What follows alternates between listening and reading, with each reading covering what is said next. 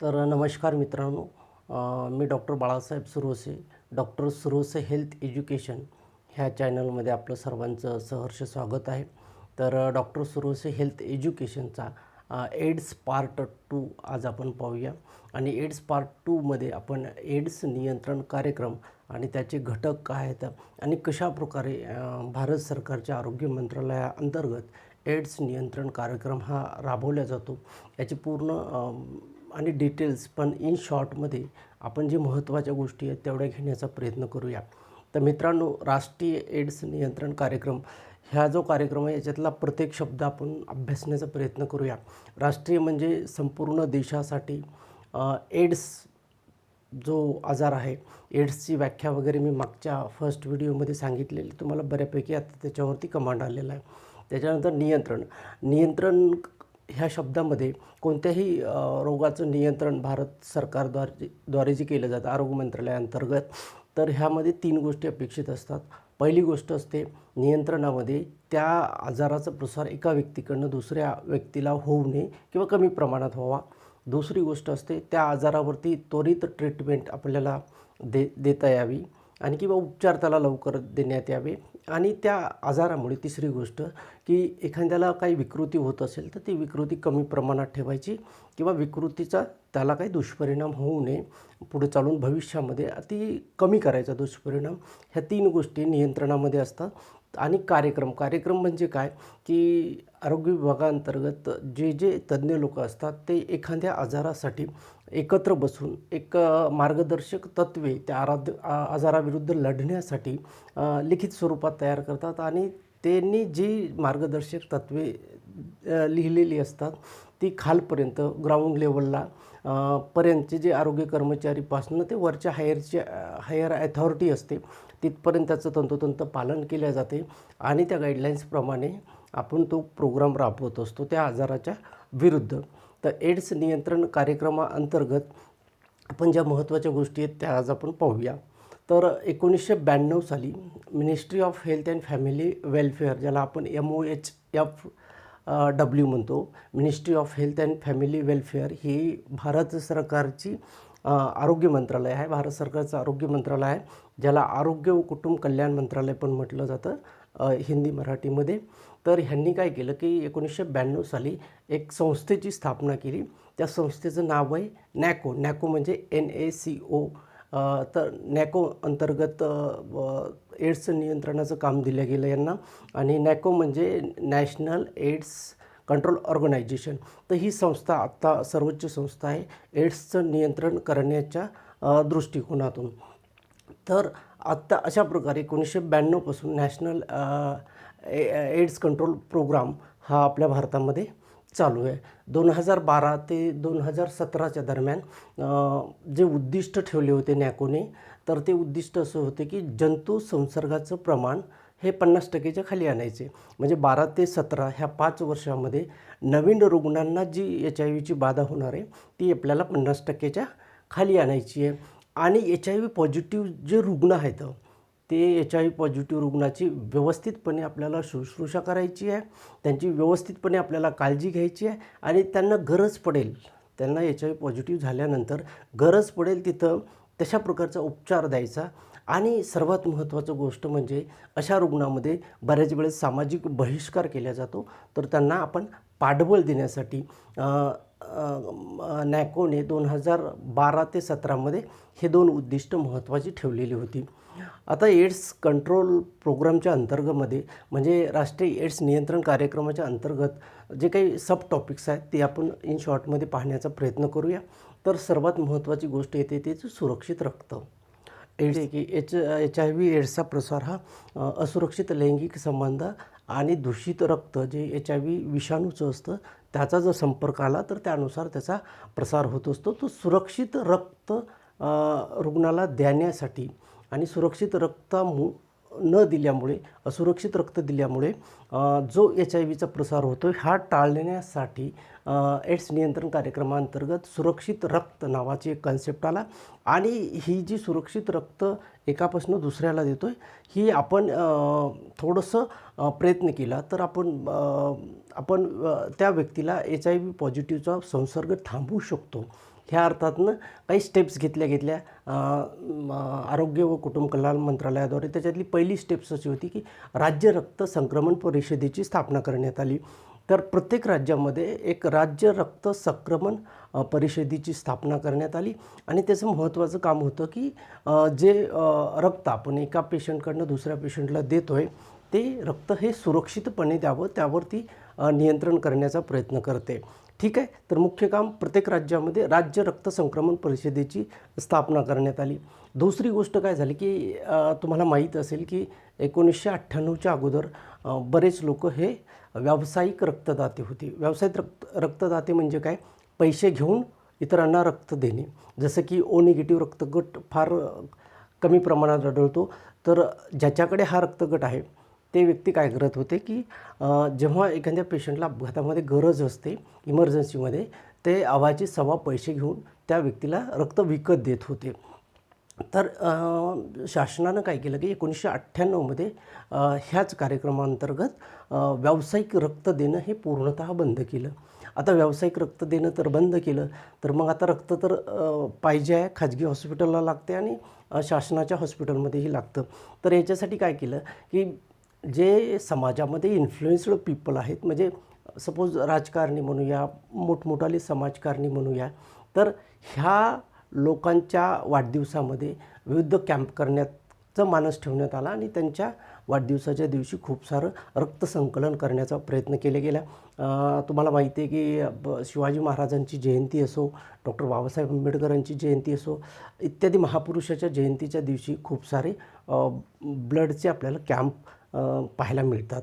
त्याच्यानंतर काही धार्मिक कार्यक्रम असतो तर त्या कार्यक्रमातही आपल्याला रक्त संकलन करता येतं आणि अशा वेळेस 3 महिन्यानंतर रक्त द्यायला काहीही अडचण नसते. तर रक्त देण्यापूर्वीची HIV तपासणी करणं फार आवश्यक आहे. तर HIV तपासणी, काही तपासण्या आहेत ज्या कॉमनली रक्त देण्याच्या अगोदर हमखासपणे केल्या जातात. तर ही कोणती तपासणी आहेत की HIV ची जी पॉझिटिव्हची तपासणी आहे ती रक्त देण्यापूर्वी, म्हणजे एखाद्या व्यक्तीकडनं रक्त घेतलं आहे आणि नंतर तिची तपासणी होते आणि ती तपासणी झाल्यानंतर ते दुसऱ्या रुग्णाला देता येतं. जर तो HIV पॉझिटिव्ह असेल तर ते रक्त दिल्या जात नाही आहे. त्याच्यानंतर हेपॅटायटिस B आजार जरी असेल त्याची पण तपासणी अगोदरच केल्या जाते रक्त देण्याच्या पूर्वीच. मलेरिया म्हणजे हिवताप, थंडी वाजून ताप येणे, ह्या आजाराची पण तपासणी केली जाते.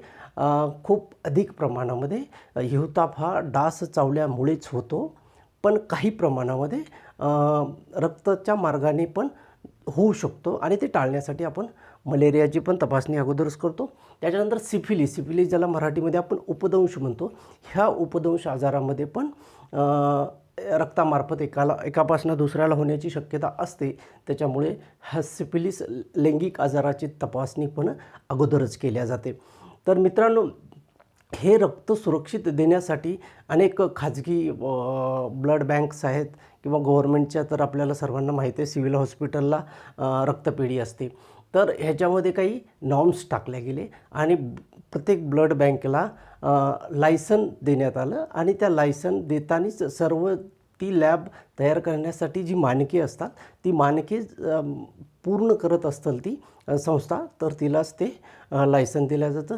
तिचं काही आधुनिकीकरण करायचं असेल किंवा त्याच्यामध्ये काही बदल करायचे असेल तर त्यावेळेस त्या संस्थेनं ती शासनानं दिलेली मानके ही पाळावीच लागतात, जेणेकरून सुरक्षित रक्त एका पेशंटकडून दुसऱ्या रुग्णाला दिल्या जाईल आणि HIV किंवा मी जे सांगितलेले आजार आहे त्याचा प्रसार होणार नाही आहे. तर अशा प्रकारे सुरक्षित रक्त देऊनही आपण बऱ्यापैकी HIVचा कंट्रोल करू शकतो, त्याचं नियंत्रण करू शकतो. आता चाचणीविषयक धोरण सगळ्यात महत्त्वाचं आहे की मी मागच्या व्हिडिओमध्ये सांगितलं होतं HIV एड्सचे प्रमुख 3 लक्षणं जे आहेत, वजन 1 महिन्यामध्ये 10% कमी होणं, त्यानंतर 1 महिन्यापेक्षा अधिक रुग्णाला हगवण अतिसार असणं, म्हणजे हगवण 1 महिन्यापेक्षाची जास्त असणं आणि त्याच्यामध्ये ताप हा 1 महिन्यापेक्षा अधिक असणं. हा ताप नियमितही असू शकतो, अनियमितही असू शकतो. हे प्रमुख 3 लक्षणे झाले आणि काही गौण लक्षणे असतात, जसं की 1 महिन्याच्या नंतरचा खोकला असेल, त्याला विविध बुरशीजन्य आजार जे तोंडात आणि घशात येतात ते असतील, सर्वांगावरती खाज असेल तर अशा रुग्ण जे संशयित रुग्ण आहेत ह्यांची चाचणी करणं आवश्यक आहे आणि जितक्या त्वरेनं आपण चाचणी करता येईल त्याच्यामध्ये पॉझिटिव्ह रुग्ण आला तर आपण तो प्रसार इतरांना टाळू शकतो. तर HIV अंतर्गत जी चाचणी केली जाते ती पूर्णतः स्वच्छता असते. त्याच्यामध्ये व्हॉलंटिअरली असते. कुठंही कशाही प्रकारचं असं बंधन नसतं की तुम्ही करायलाच पाहिजे. पण व्यवस्थितपणे समुपदेशन करून आणि त्याची व्यवस्थित काउन्सिलिंग करून आपण त्या रुग्णाला चाचणी करण्यासाठी प्रवृत्त करू शकतो. त्याच्या मनामध्ये जे काही शंका कुशंका असतात त्या आपण समुपदेशनानं दूर करून त्याला एक व्यवस्थितपणे आपण चाचणीला सामोरे जायला लावतो. ठीक आहे.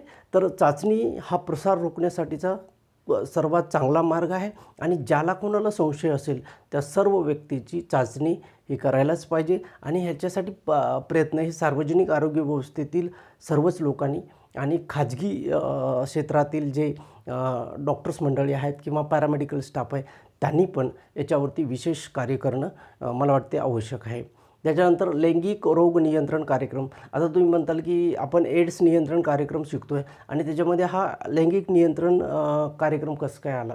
तर मित्रांनो, लैंगिक नियंत्रण कार्यक्रम हा याच्यामध्ये टाकण्याची प्रमुख 2 कारणं आहेत.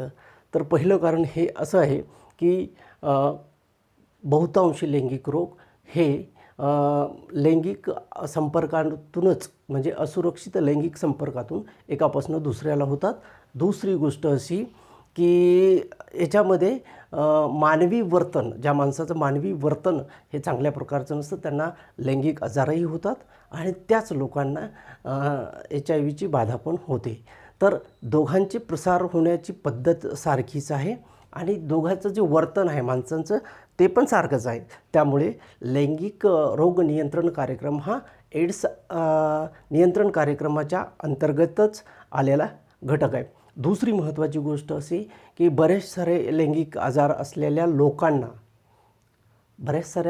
लैंगिक आजार असलेल्या लोकांना एड्सचा प्रादुर्भाव होण्याची शक्यता असते की मग ते HIV पॉझिटिव्ह असू शकतात. तर हे कोणकोणते लैंगिक आजार येतं तर जसं की सिफिलिस असो ज्याला आपण उपदंश म्हणतो, गनोरिया असो ज्याला आपण परमा म्हणतो, सँक्रॉइड आहे, हे सगळे जीवाणूजन्य लैंगिक आजार आहेत. जे लैंगिक आजार म्हणजे काय की एका व्यक्तीपासून लैंगिक मार्गाने इतर व्यक्तीला होणे किंवा भिन्न लिंगाच्या व्यक्तीला तो लैंगिक संपर्कामार्फत होणे. तर सँक्रॉइड आहे किंवा जेनायटल हर्पीस आहे, जेनायटल वॉर्ट्स आहे, हेपॅटायटिस B आहे. तर हे सर्व आजार एका व्यक्तीपासून दुसऱ्या व्यक्तीला असुरक्षित लैंगिक संबंधातून होतात आणि ह्या पण आजाराचं नियंत्रण आपण एड्स नियंत्रण कार्यक्रमाअंतर्गत करण्याचा प्रयत्न करतो आहे. आणि एड्स नियंत्रण कार्यक्रमाअंतर्गत आपला नवीन पुढचा मुद्दा जो आहे तो आहे निरोधचा वापर वाढवणे. लैंगिक आजार आणि एड्स यांचा प्रसार लैंगिक संबंधातून होत असल्यामुळे त्याला एक मध्ये बॅरियर काहीतरी आपल्याला ठेवायचे, अडथळा काहीतरी ठेवायचे आणि त्यासाठी निरोध हा खूप चांगला पर्याय आपल्याकडे आहे. कारण 85% एड्स हा किंवा HIV पॉझिटिव्ह जो बाधा होते आहे ती असुरक्षित लैंगिक संबंधामधून होते आणि हे आपण कॉन्डोमने बऱ्यापैकी किंवा निरोधने बऱ्यापैकी थांबवता येऊ शकतं. तर निरोधचे काय फायदे येतं तर पहिला मोठा फायदा आहे की तो एड्सचा प्रसार एका व्यक्तीपासून दुसऱ्या व्यक्तीला होणे थांबवतो. दुसरी गोष्ट तो लैंगिक आजार एका व्यक्तीपासून दुसऱ्या व्यक्तीला होण्याचं थांबवतो आहे. तर 2 महत्त्वाचे फायदे येतात. आणि दुसरा फायदा काय म्हणता येईल की आपल्याला त्याचा की कुटुंब नियोजनासाठी किंवा संतती नियमन करण्यासाठी एड्स हा एक खूप चांगल्या प्रकारचा पर्याय आपल्याकडे उपलब्ध आहे. कशामुळे तर कॉन्डोम्स वापरण्यासाठी किंवा निरोध वापरण्यासाठी आपल्याला विशेष प्रशिक्षणाची गरज नसते. जसं संतती नियमाच्या इतर पद्धती आहेत त्याच्यामध्ये बऱ्याच वेळेस त्या व्यक्तीचं काउन्सिलिंग करून त्याला व्यवस्थितपणे प्रात्यक्षिक दाखवून किंवा त्याला माहिती सांगावं लागते आपल्याला प्रत्यक्षपणे.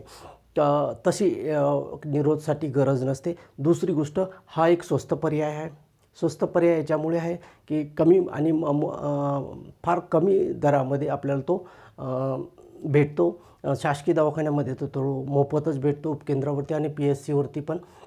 दुसरी गोष्ट अवेलेबिलिटी, तो सर्वत्र भारतामध्ये आढळतो. कोणत्याही मेडिकल स्टोअरवरती जा, एखादी गोळी आपण विचारली तर ती गोळी कदाचित त्या ब्रँडची त्याच्याकडे नसेल, पण कॉन्डोम्स मात्र हमखास त्याच्याकडे असतं. म्हणजे ॲवेलेबिलिटी जवळपास सगळीकडेच आहे आणि खूप सारे फायदे एकत्रित असल्यामुळे एड्स नियंत्रण कार्यक्रमाअंतर्गत न्यूरोचा वापर वाढवण्यावरती अधिक प्रमाणामध्ये भर देण्यात आलेला आहे. कौटुंबिक आरोग्य जागृती मोहीम कौटुंबिक आरोग्य जागृती मोहीम ही करण्याचा मुख्य उद्देश असा आहे की एड्सला आपल्याकडे कोणत्याही प्रकारचं विशिष्ट उपचार नाही आहे, त्याच्यानंतर लस नाही आहे आणि विशिष्ट औषधही नाही आहे, लसही नाही आहे आणि नैसर्गिक प्रतिकारक शक्ती नाही आहे. त्याच्यामुळे कुटुंबाची जागृती करणं आरोग्याच्या दृष्टिकोनातून हे फार मोठी स्टेप होती आणि शासनानं काय केलं की 1 डिसेंबर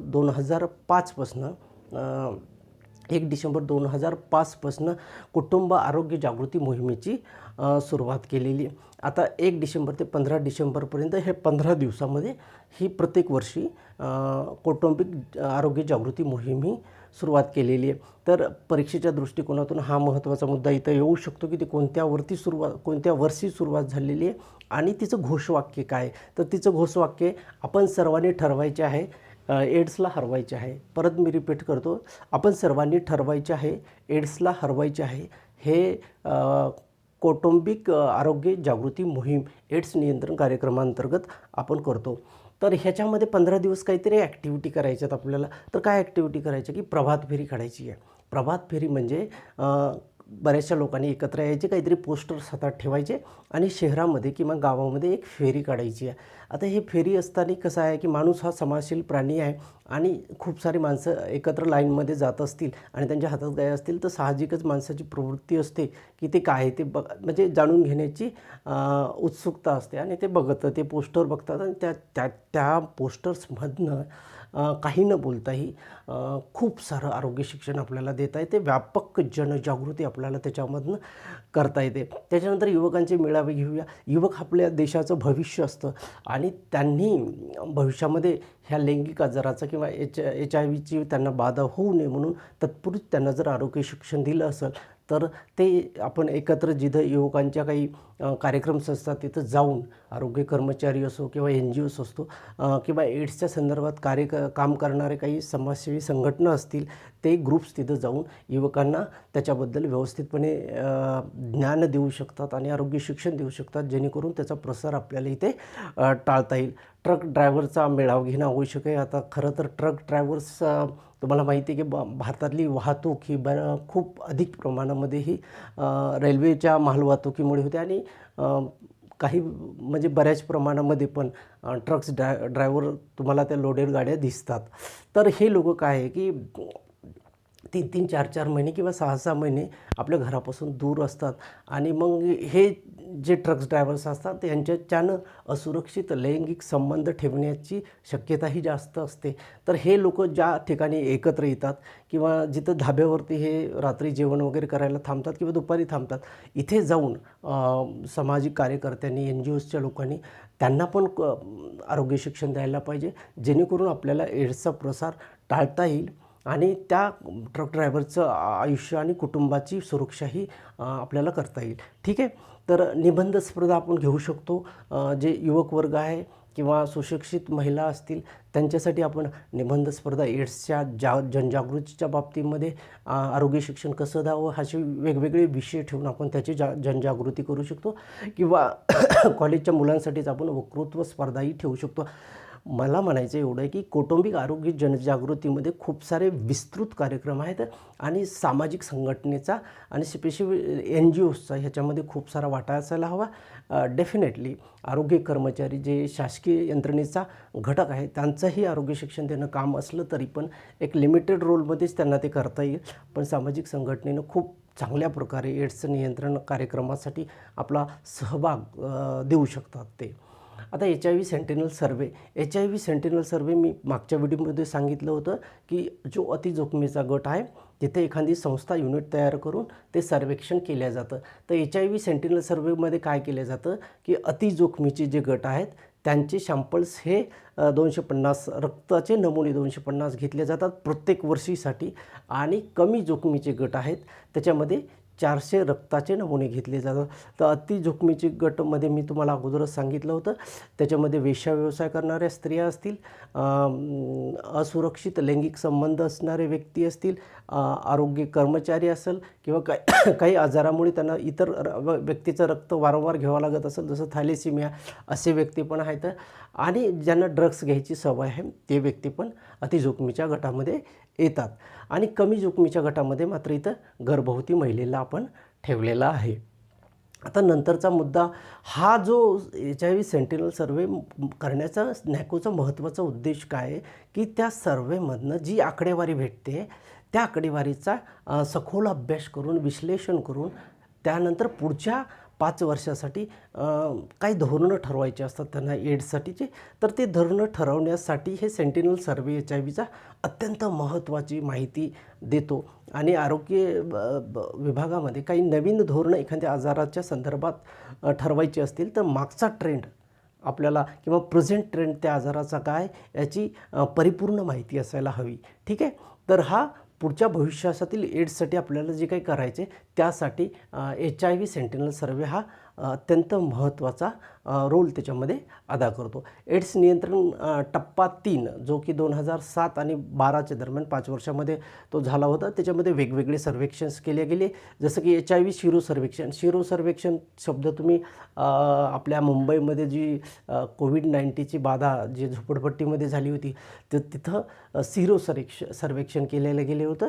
ती तपासणी केली जाते आणि त्या अँटीबायोटिक्स आपण तिथं आहेत की नाही हे डिटेक्ट केलं जातं. तर हा जो 7 ते 12चा जो 5 वर्षाचा कालावधी होती मग त्याच्यामध्ये HIVचे सिरो सर्वेक्षण केलं गेलं. त्याच्यानंतर STD सर्वेक्षण केलं गेलं. हा नवीन शब्द आहे. STD म्हणजे सेक्सुअली ट्रान्समिटेड डिसीजेस. S म्हणजे सेक्सुअली, T म्हणजे ट्रान्समिटेड, D म्हणजे डिसीजेस. लैंगिक मार्गानं होणारे आजार जे तुम्हाला मी अगोदरच सांगितले, तर त्याचं पण एड्सच्या कार्यक्रमांतर्गतच आपण 2007 ते 12चा जो 5 वर्षाचा आहे त्याच्यामध्ये ते सर्वेक्षण केलं गेलं. एड्स रुग्णांचं सर्वेक्षण केलं गेलं, किती रुग्ण कुठे आहेत, कसे आहेत, तर त्यांचं पण सर्वेक्षण केलं. आणि सर्वात महत्त्वाचं म्हणजे लोकांच्या वागणुकीचं सर्वेक्षण केलं गेलं. कारण लोकांची वागणूक जर वाईट पद्धतीची असेल तर असुरक्षित लैंगिक संबंध ते ठेवण्याची शक्यता जास्त असते आणि त्याच्यामुळे त्याचा प्रसार होऊ शकतो.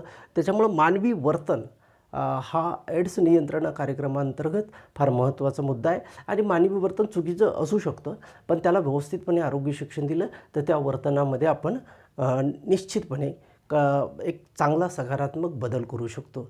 ठीक आहे. त्याच्यानंतर आपला जो पुढचा मुद्दा आहे, ऐच्छिक सल्ला व चाचणी केंद्र.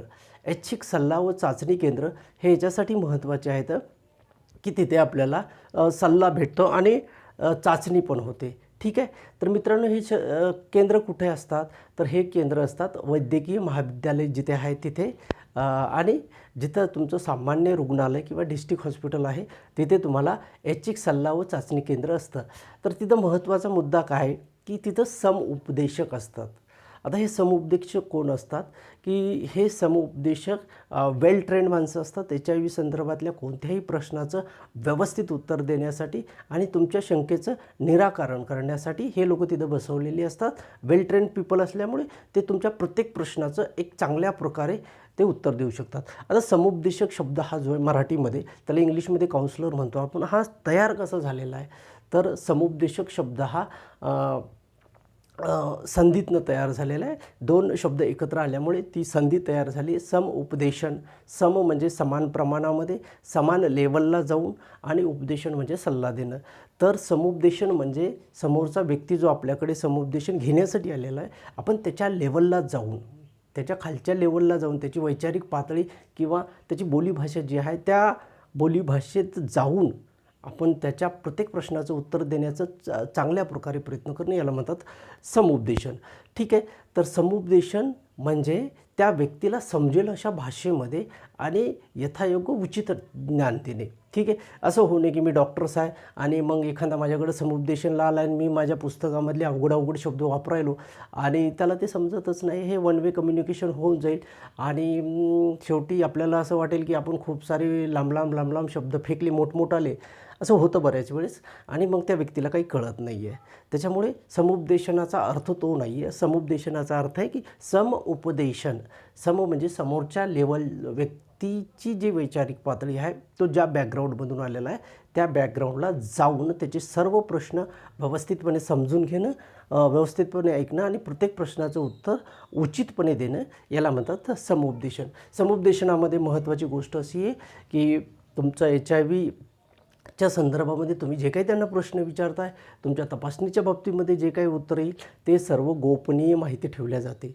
कुठेही तुमची माहिती ही लीक केल्या जात नाही आणि ती करतही नाही. ठीक आहे.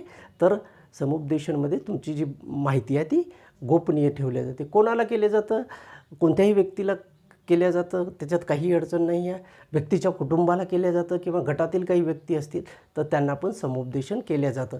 चाचणीपूर्व समुपदेशन कशाला म्हणतात की एखाद्या व्यक्तीची HIV आपल्याला चाचणी करायची आहे तर त्याच्यापूर्वीच आपल्याला त्याची समुपदेशन करावं लागतं. त्याला ती चाचणी कशाप्रकारे करणार आहे, तिचं महत्त्व काय आहे आणि नाही केली तर काय होऊ शकतं आणि केली तर काय होऊ शकतं. त्याच्यानंतर HIV बाबतीमध्ये त्याला एक व्यवस्थितपणे ज्ञान देण्याचा प्रयत्न करायचा. हा रोग कसा आहे, याचा प्रसार कसा होतो, याचा उपचार कसा आहे, याचं नियंत्रण कशा प्रकारे करू शकतो. तर ह्या पूर्ण माहिती समुपदेशक हा चाचणीपूर्वीच व्यक्तीला देतो आणि मानसिकरित्या त्याला अगोदरच मजबूत करतो, चाचणीच्या अगोदरच, की तो चाचणी आता हसत करेल किंवा त्याचा रिपोर्ट काही पण येऊ, तो अगोदरच मानसिकरित्या प्रबळ बनलेला पाहिजे. तर हा एक कामही समुपदेशकाचंच आहे.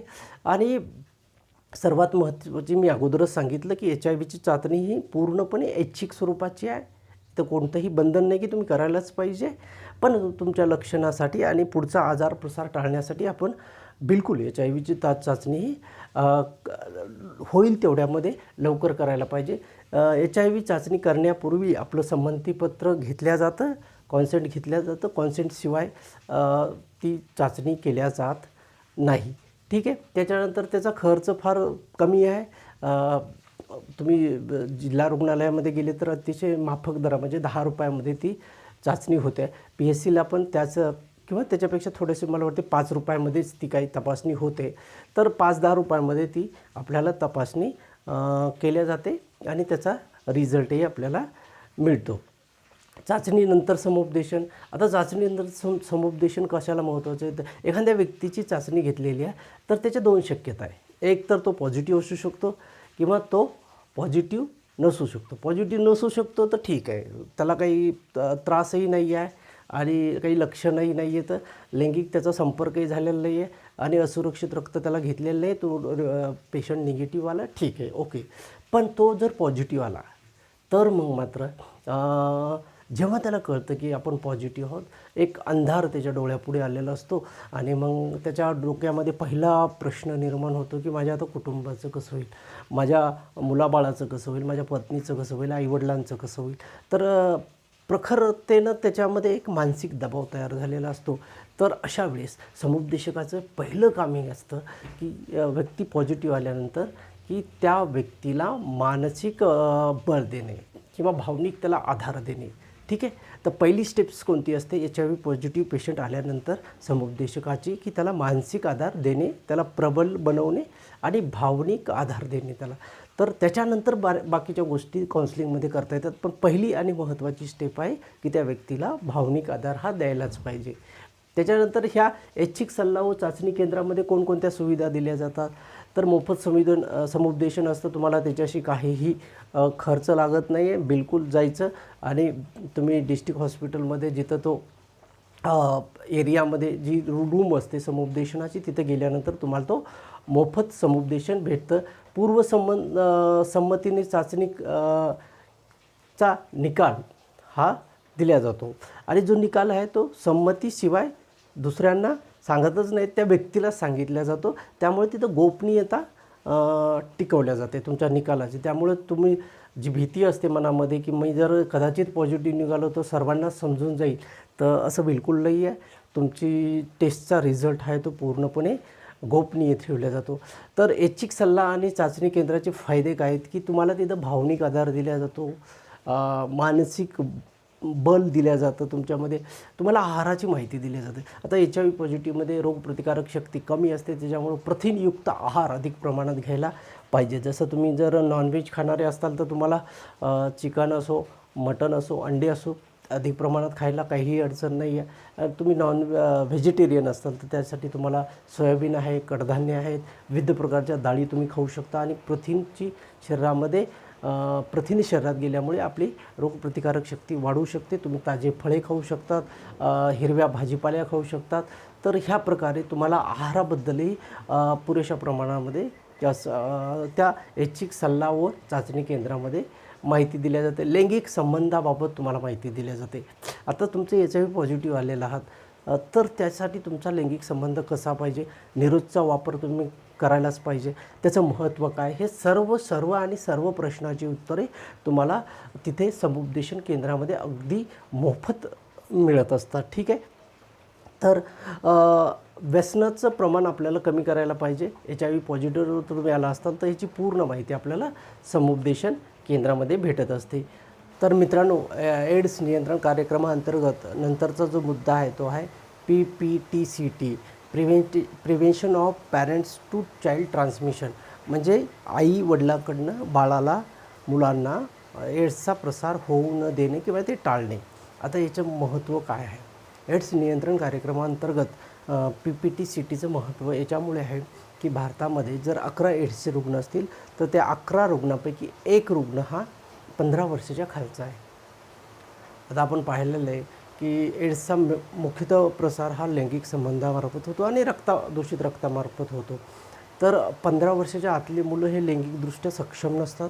तो वयोगट 20 ते 49 अगोदरच आपण पाहिलेला आहे. मग ह्या मुलामध्ये हा जो प्रसार होतो आहे तो आईकडनं होतो आहे प्रसूतीच्या दरम्यान.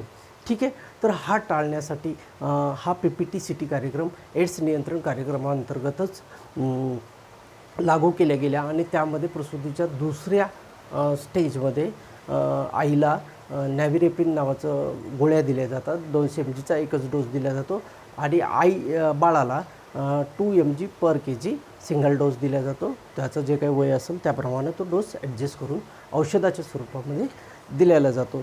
आणि जर एखादं बाळ HIV पॉझिटिव्ह असेल तर त्याची पूर्णतः वैद्यकीय सेवा शासकीय दवाखान्यामध्ये घेतल्या जाते आणि त्याच्या कुटुंब नियोजनाची माहिती पण त्या जोडप्याला दिली जाते. आणि जनरली अशा रुग्णांनी, पॉझिटिव्ह रुग्णांनी गर्भधारणही टाळायलाच हवी.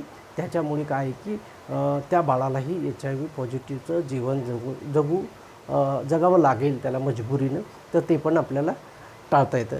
ART, अँटी रेट्रोव्हायरल ट्रीटमेंट, ह्याचा मुख्य उद्देश काय? ART ट्रीटमेंट दिल्या जाते, आपल्याला हा शब्द ऐकलेला आहे. तर हा औषधोपचार देण्याचा मुख्य उद्देश असा आहे की व्हायरसचा जो लोड आहे तो 50 कॉपी पर ml, 50 कॉपीज पर ml पेक्षा ART चालू करण्याचा दुसरा उद्देश असे की रुग्णाची प्रतिकारशक्ती वाढवणे आणि त्याचा प्रसाराचा प्रतिबंध करणे. ठीक आहे. तर ART सेंटरमध्ये जे ट्रीटमेंट घेतली जाते त्याचे 3 मुख्य उद्देश आहेत. पहिला उद्देश असा आहे की HIVचा जो दर आहे तो 50 कॉपीज पर ml पेक्षा कमी करणे, रुग्णाची रोगप्रतिकारक शक्ती वाढवणे आणि HIVचा प्रसार करण्यासाठी कुठेतरी प्रतिबंध करणे. ठीक आहे. तर मग कोणाला दिला जातो ART उपचार? तर सर्वात पहिले तर आपण एड्सच्या रुग्णाला दिला जातो. आणि एड्स म्हणजे आपल्याला मी सांगितलं यास म्हणजे सिंड्रोम ज्याच्यामध्ये HIV पॉझिटिव्ह असतो पण ज्याच्यामध्ये विविध लक्षणांचा समूह एकत्र आढळलेला आहे, त्या लोकांना ART ट्रीटमेंट दिली जाते. ज्याचा CD4 काउंट हा कमी असतो त्या लोकांना पण ART ट्रीटमेंट सुरू केले जाते. आणि CD4 काउंट हा लिम्फोसाईट, आणि लिम्फोसाईट हा पांढऱ्या पेशी WBC किंवा ल्युकोसाईटमधून त्याचा एक प्रकारे जे 5 प्रकार त्याच्यापैकी एक लिम्फोसाईट आहे. आणि HIVमध्ये CD4 काउंट हा बऱ्याच वेळेस कमी होतो आणि कमी झाल्यामुळे आपण ART ट्रीटमेंट ही त्या व्यक्तीला देतो. तर आपल्याला समजलं एड्स पॉझिटिव्ह असेल आणि CD4 काउंट कमी असेल तर ह्या 2 कंडिशनमध्ये आपण या ट्रीटमेंट रुग्णांना देतो आणि ही जिल्हा केंद्र जे आहे ते एड्सची किंवा वैद्यकीय महाविद्यालयामध्ये आपल्याला इथून ट्रीटमेंट चालू करता येते. अगदी विनामूल्य आणि मोफत हा उपचार आपल्याला दिला जातो. ठीक आहे. आता एक महत्त्वाचा टर्म इथं आपल्याला एड्स नियंत्रणाच्या कार्यक्रमामध्ये पाहायला झाला म्हणतो विंडो पिरियड, खिडकीचा काळ. खिडकीचा काळ किंवा विंडो पिरियड हा फार महत्त्वाचा असतो आणि तो म्हणजे काय त्याची व्याख्या मी सुरुवातीला सांगतो. जसं काही HIV नामक विषाणू आपल्या शरीरामध्ये प्रवेश करतो, शरीर अँटीबॉडीज तयार करतात. पण बरेच वेळेस काय होतं की HIV पॉझिटिव्ह विषाणू शरीरात प्रवेश केल्यानंतर मधल्या बऱ्याच कालावधीमध्ये 3-3 महिने अँटीबॉडीज तयार होत नाहीत. आता होतं काय मित्रांनो, HIV तपासणी करतो म्हणजे HIV विषाणू आपण डिटेक्ट करतो आहे का? तर अजिबात नाही. HIV तपासणीमध्ये काय करतो, HIVचा प्रवेश, विषाणूचा प्रवेश झाल्यानंतर शरीर जे अँटीबॉडीज तयार करतो त्या अँटीबॉडीजची तपासणी आपण करतो आहे. तर काय होतं की हा जो 3 महिने जोपर्यंत अँटीबॉडीज दिसत नाही तर ब्लडमध्ये डिटेक्ट होत नाही आहे तोपर्यंत रुग्णाच्या शरीरामध्येच HIVचे विषाणू आहे पण ते टेस्टमध्ये दिसत नाही आहे. म्हणजे असा रुग्ण ज्याचं की असुरक्षित लैंगिक संबंध HIV संशयित व्यक्तीसोबत झालेला आहे आणि असुरक्षित त्यानं रक्त घेतलेलं आहे आणि असा रुग्ण आपल्याकडे आला आणि तो रुग्णची जेव्हा आपण तपासणी करतो ती निगेटिव्ह येते. ठीक आहे. तर ती निगेटिव्ह कशामुळे आलेली आहे की हा विंडो पिरियड आहे. जनरली हा 3 महिन्याचा असतो. तर तो रुग्णाची तपासणी केली तर तो निगेटिव्ह आलेला आहे. याचं कारण हे एक आहे की त्या पिरियडमध्ये, त्या काळामध्ये HIV नावच्या ज्या अँटीबॉडीज असतात, HIV विरुद्ध विषाणूच्या, त्या अँटीबॉडीज डेव्हलप झालेल्या नसतात, तयार झालेल्या नसतात आणि त्या डिटेक्ट होत नाहीत. अँटीबॉडीज नसतील तर ते टेस्ट निगेटिव्ह येणार आहे आणि टेस्ट निगेटिव्ह आली की तर आपण त्याला सांगतो तू निगेटिव्ह आहे. निगेटिव्ह आहे म्हणजे तो असं समजेल की मला HIVची बाधा झालेली नाही आहे. पण असं नसतं. अशा वेळेस रुग्णाला परत 3 महिन्यानंतर बोलवावं लागते आणि जेव्हा त्याच्या अँटीबॉडीज त्याच्या शरीरामध्ये डेव्हलप होतील किंवा विकसित होतील तेव्हा परत तपासणी करावी लागते आणि त्यावेळेस मात्र तो ह्या 2 कंडिशनमधून तो जर गेलेला असेल तर तो रुग्ण नंतरच्या तपासणीमध्ये मात्र पॉझिटिव्ह होऊ शकतो. ठीक आहे. तर हा HIV विंडो पिरियड हा एड्स नियंत्रण कार्यक्रमाच्या अंतर्गतच आपण लक्षात ठेवायला पाहिजे. एड्स अँटीबॉडीज विषाणूचा शरीरात प्रवेश झाल्यानंतर अँटीबॉडीज तयार होण्यासाठी एखाद्या वेळेस 3 महिन्यापर्यंतचा कालावधी लागू शकतो आणि HIV विषाणूचा प्रवेश झाला जरी असेल तरी त्याची टेस्ट अँटीबॉडीज डिटेक्ट न झाल्यामुळे निगेटिव्ह येऊ शकते. अशा रुग्णांची परत 3 महिन्याला तपासणी करावी लागते आणि करायलाच पाहिजे. तर अशा प्रकारे एड्स नियंत्रण कार्यक्रम अंतर्गत आपण सुरक्षित रक्त पाहिलं, चाचणीविषयक धोरण पाहिलं, लैंगिक आजाराचं नियंत्रण आपण एड्स अंतर्गतच करतो आहे त्याचाही अभ्यास केला. निरोधचा वापर एड्स नियंत्रण कार्यक्रमामध्ये का आवश्यक आहे तेही पाहिलं आपण. कौटुंबिक जागृती आरोग्याच्या दृष्टिकोनातून करणं फार आवश्यक आहे. HIV सेंटिनल सर्व्हेचा HIVच्या नियंत्रण करण्यासाठी, भविष्यकालीन नियंत्रण करण्यासाठी फार महत्त्वाचा वाटा आहे. एड्स नियंत्रणाचे टप्पे 2007 ते 12 होते. त्यामध्ये वेगवेगळे सर्वेक्षण 4 केले गेले ते पाहिले. ऐच्छिक सल्ला व चाचणी केंद्र जे की जिल्ह्याच्या ठिकाणी आहे त्याचे काय काय रोल आहे, तिथं समुपदेशनाचा काय काय रोल आहे आणि PPT-CTची माहिती पाहिली आपण आणि सगळ्यात शेवटी आपण HIVचा विंडो पिरियड पाहिला आणि तुमच्या मनामध्ये जो HIVच्या संदर्भामध्ये बाधा झालेली असतानाही रुग्णाचा रिपोर्ट हा निगेटिव्ह येतो आहे पण ह्या विंडो पिरियडमुळे तो निगेटिव्ह येतो आहे पण 3 महिन्यानंतर परत जर चाचणी केली तर तो पॉझिटिव्ह येऊ शकतो. अशा प्रकारे मी माझ्या डॉक्टर सुरोसेस हेल्थ एज्युकेशनवरती मी 2 HIV एड्सचे व्हिडिओ टाकले. तो एड्सचा पार्ट 1 होता जो 1 तास 2 मिनिटाचा होता. हा माझा सेकंड पार्ट आहे आणि अशा प्रकारे मराठीमध्ये आणि सोप्या भाषेमध्ये मी एड्सविषयी माहिती देण्याचा प्रयत्न केलेला आहे. ते याच्यानंतर मी एक फार व्यापक आजार आणि खूप इंटरेस्टिंग आजार ज्याला आपण मलेरिया म्हणतो, मलेरियावरती सुटसुटीत मी व्हिडिओ तुमच्यासाठी आणणार आहे. तर तुम्ही माझ्या चॅनलला सबस्क्राईब करा. खूप साऱ्या लोकांनी चांगला रिस्पॉन्स दिला. सबस्क्रिप्शनही खूप चांगल्या प्रकारे आणि माझा पहिलाच व्हिडिओ असताना तब्बल 250च्या वरती व्ह्यूज गेल्या. ही खूप चांगली गोष्ट आहे आणि चांगल्या प्रकारे रिस्पॉन्स आपण दिला त्याबद्दल मी सर्वांचा अत्यंत आभारी आहे. हा व्हिडिओ पण आपण सर्वांना शेअर करावा आणि माझ्या चॅनलला परत विनंती करतो की सबस्क्राईब करा, हा व्हिडिओला लाईक करा आणि काही कमेंट्स असतील तर त्या कमेंट्सही करा. काही व्हिडिओजमध्ये काही बदल करायचे असतील तर तेही मला सांगा. आपल्या सर्व सूचनांचं मी सहर्ष स्वागत करतो. तर मित्रांनो, इथं मी थांबतो आणि धन्यवाद. Thank you very much.